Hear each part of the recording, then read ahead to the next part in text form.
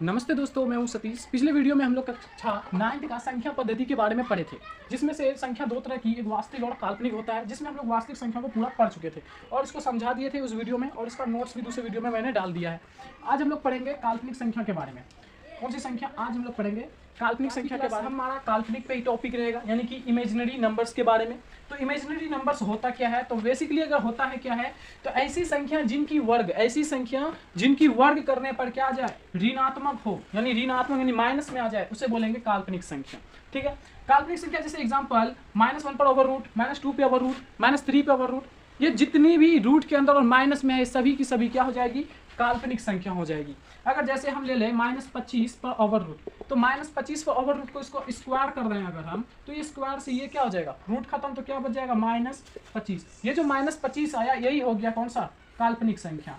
काल्पनिक संख्या है ना, काल्पनिक संख्या समझ में आ रहा है। लेकिन अगर कोई डायरेक्ट दे दे आपको -25, पूछ लेगा ये कैसी संख्या है, -25 कैसी संख्या है, तो यहाँ पे वास्तविक संख्या होगा। क्यों वास्तविक होगा? जब हम इसका वर्ग कर देंगे तो ये कितना हो जाएगा, 625 आ जाएगा, वो भी प्लस में। तो ये प्लस में है ना, इसका वर्ग करने पे प्लस में है, इसका मतलब ये वास्तविक है। तो वास्तविक संख्या को किससे लिखते हैं, ए से। लेकिन काल्पनिक संख्या को हमेशा किससे लिखते हैं, आई से लिखते हैं। किससे लिखते हैं, आई से। वो भी कौन सी आई, सॉरी छोटी आई है ना, आई से लिखा जाता है काल्पनिक संख्या को।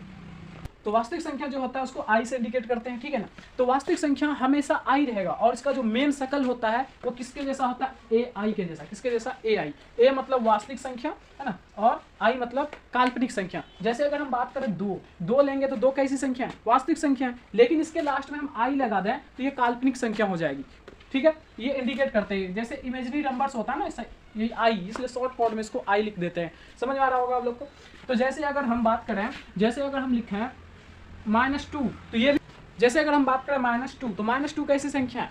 अगर डायरेक्ट कोई दे दे तो ये वास्तविक संख्या है, क्योंकि जब इसका वर्ग करेंगे तो 4 आ जाएगा प्लस में, तो ये वास्तविक है। लेकिन इसके लास्ट में अगर हम आई लगा दें तो ये काल्पनिक संख्या होगी, इसका वर्ग करना नहीं पड़ेगा। आई होप कि आप सभी को ये सब वीडियो समझ में आ गया होगा। मिलते हैं नेक्स्ट टॉपिक के साथ दूसरे।